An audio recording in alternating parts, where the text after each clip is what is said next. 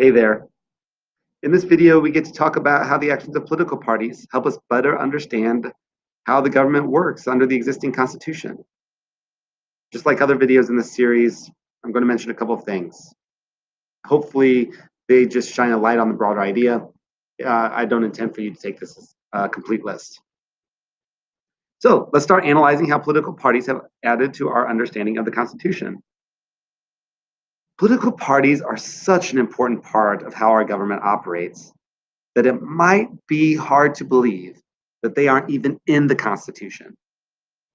Believe it or not, when George Washington was leaving office, he warned the country against the impact that political parties might have. He said, and I'm quoting the first president here, the common and continual mischiefs of the spirit of party are sufficient to make it in the interest and duty of a wise people to discourage and restrain it. Washington would probably be pretty discouraged to see how partisanship is dividing our country. But political parties have helped us better understand our government and are frankly an important mechanism on making the government operate. Let's look at some examples and then we'll get into some more details in a moment. So here are some of the ways in which political parties have had an influence on our government without changing the Constitution. First of all, political parties nominate candidates for the presidency. They transform the Electoral College into a rubber stamp for states' popular votes. And Congress is organized and conducts business through parties. So let's take a look at this first one. Parties nominate candidates for presidency.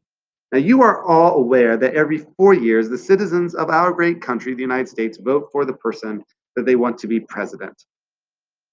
We usually have two viable options, and I'm using the word usually in the most generous sense. Where do the two options come from? Well, the Constitution doesn't say.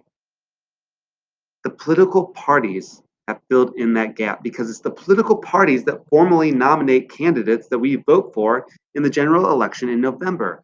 On this slide, I have two photos here of these big nominating conventions held by each of the political parties every 4 years. And this nomination is when Hillary Clinton was nominated to be the Democratic candidate. And here is when Ronald Reagan was nominated to be the Republican candidate. Now, you might be thinking, well, we don't choose the president, the Electoral College does. I would take some issue with that, but setting aside democratic obstacles to the Electoral College, political parties have influenced the Electoral College too. So, granted, the Electoral College officially picks the president. How does the Electoral College pick? Well, political parties, without amending the Constitution, has turned the Electoral College from a group of people that vote their conscience or heart or mind to people that just generally support one political party. Here's what I mean. Let's take a look at the 2016 election. You should know in 2016, Missouri had 10 electoral votes. Here's Missouri, here's the 10 votes. In 2016, the Republican nominee, Donald Trump, won 56.8% of the vote in Missouri. The Democrat, Hillary Clinton, won 38.1% of the vote. Now, I know there are all kinds of statistical rules like sample size and all of that kind of play with the scenario here, but one might expect that electors from Missouri would vote pretty much like the citizens of the Show Me State. In this case, you might expect Trump to get 6 electoral votes since he won about 56% of the total votes, and you might expect Clinton to win about 4 because she got about 40% of the vote in Missouri. But they don't. All 10 votes in 2016 went to Donald Trump. Why? The answer is political party.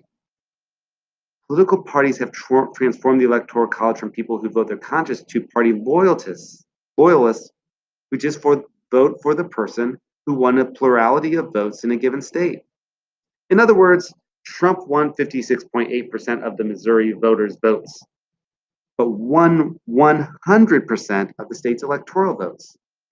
That change in how our government operates and picks its chief executive comes from political parties. Finally, you might be aware that much of the work done in Congress is done in political parties. So often now, the Democrats vote one way on a bill and the Republicans vote the other. At the end of 2017, the Republicans passed a major tax bill.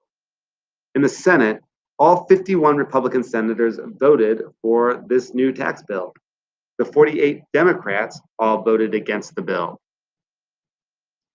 At the end of the day, the leader of the Democrats in the House, Nancy Pelosi, she's on the left right here, she said of this tax plan, this GOP is just another way to say Republican, this GOP tax scam is simply theft, monumental brazen theft from the American middle class and from every person who aspires to reach it. That's what she said. Let's hear what Paul Ryan said. Paul Ryan, the leader of the Republicans in the House of Representatives, said, "Today we are giving the people of this country their money back." Yep. So that is how political parties have influenced our government and perhaps our country at large, as we are very divided. What did Washington say about political parties?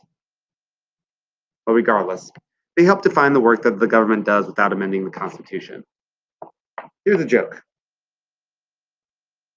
Why did the invisible man turn down a job offer? He just couldn't see himself doing it. Thanks for watching.